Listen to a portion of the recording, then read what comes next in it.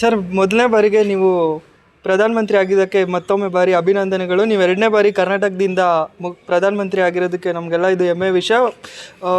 ಮುಂದಿನ ಸಾರಿ ನೀವು ತುಂಬ ಆಯೋಜನೆಗಳನ್ನ ಕೊಟ್ಟಿದ್ರಿ. ಈ ಸಲ ಏನಾದರೂ ಯೋಜನೆಗಳನ್ನ ಹೊಸದಾಗಿ ಭಾರತಕ್ಕೆ ಹಮ್ಮಿಕೊಡ್ಬೇಕಂತ ಏನಾದರೂ ಅಂದ್ಕೊಂಡಿದ್ದೀರಾ ಸರ್? ಸರ್, ನಾವು ಖುಷಿ ಐತೆ ನಮಗೂ ಒಳಗಡೆ. ಕರ್ನಾಟಕದಿಂದ ಅದು ಎರಡನೇ ಸಲ ಪ್ರಧಾನಮಂತ್ರಿ ಆಗ್ತಾ ಇರೋದು, ಜನರು ಪ್ರೀತಿಯಿಂದ ಎರಡನೇ ಸಲ ಆಗ್ತಾ ಇದ್ದೀರಿ. ಅದಕ್ಕಂತ ನಾವು ಭಾರಿ ಯೋಜನೆಗಳು ಪ್ಲ್ಯಾನ್ ಮಾಡಿದ್ದೀವಿ, ಯೋಜನೆಗಳು ಮಾಡಬೇಕಂತ ಇದ್ದೀವಿ.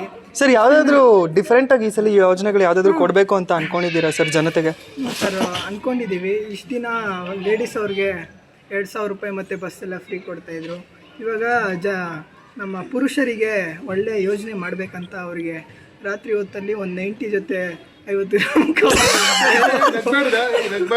ಗ್ರಾಮ್ ಕಬಾಬ್ ಕೊಡೋಣ ಅಂತ ಪ್ಲಾನಲ್ಲಿದ್ದೀವಿ. ಅಷ್ಟೇ, ಇನ್ನೇನು ಅವ್ರಿಗೆ ಅಷ್ಟು ಕೊಟ್ಟರೆ ಪಾಪ ಅವರು.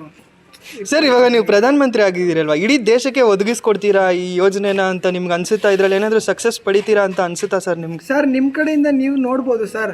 ಅವಾಗ $1 80 ರೂಪಾಯಿ, ಇವಾಗ $1 $100 ಆಗಿದೆ. ಹಾಗಾದರೆ ಇವಾಗ ದೇಶ ತುಂಬ ಅಭಿವೃದ್ಧಿ ಆಗಿದೆ ಅಂತ ಹೇಳಕ್ಕೆ ಇಷ್ಟಪಡ್ತೀರಾ ಸರ್? ತುಂಬ ಆಗಿದೆ.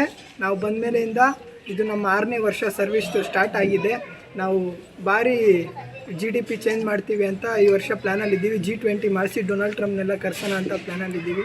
ಎಲ್ಲ ಮಾಡೋಣ ಸರ್. ಮುಂಚಿನ ಬಾರಿಗೆ ಮೋದಿ ಅವ್ರು ಮಾಡಲಿಲ್ದಿರ ಇರೋವಂಥ ಅಭಿವೃದ್ಧಿನ ನೀವು ಹೊಸದಾಗಿ ಏನಾದರೂ ಮಾಡಿದ್ದೀರಾ ಅಂದರೆ ಅದು ಯಾವುದಾಗಿರ್ಬೋದು ಸರ್? ಸರ್, ಮೋದಿ ಅವರು ಗ್ಲೋಬಲ್ ಮೀಟಿಂಗ್ಗಳೆಲ್ಲ ಕರೆಕ್ಟಾಗಿ ಮಾಡಿರಲಿಲ್ಲ, ಅದನ್ನು ಮಾಡಿದ್ದೀವಿ. ಮತ್ತು ಸ್ವಚ್ಛ ಭಾರತ ಏನು ಇಂಟ್ರೊಡ್ಯೂಸ್ ಮಾಡಿದ್ರು ಅದು ಕರೆಕ್ಟಾಗಿ ಆಗಿರಲಿಲ್ಲ. ಮಾಡಿದರು, ಅವ್ರ ಕಡೆಯಿಂದ ಏನಾಗಿತ್ತೋ ಅದು ಚೆನ್ನಾಗಿ ಮಾಡಿದರು.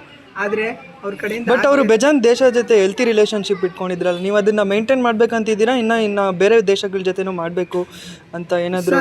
ಬೇರೆ ದೇಶದವರು ನಮ್ಮ ಜೊತೆ ಹೆಂಗಿರ್ತಾರೋ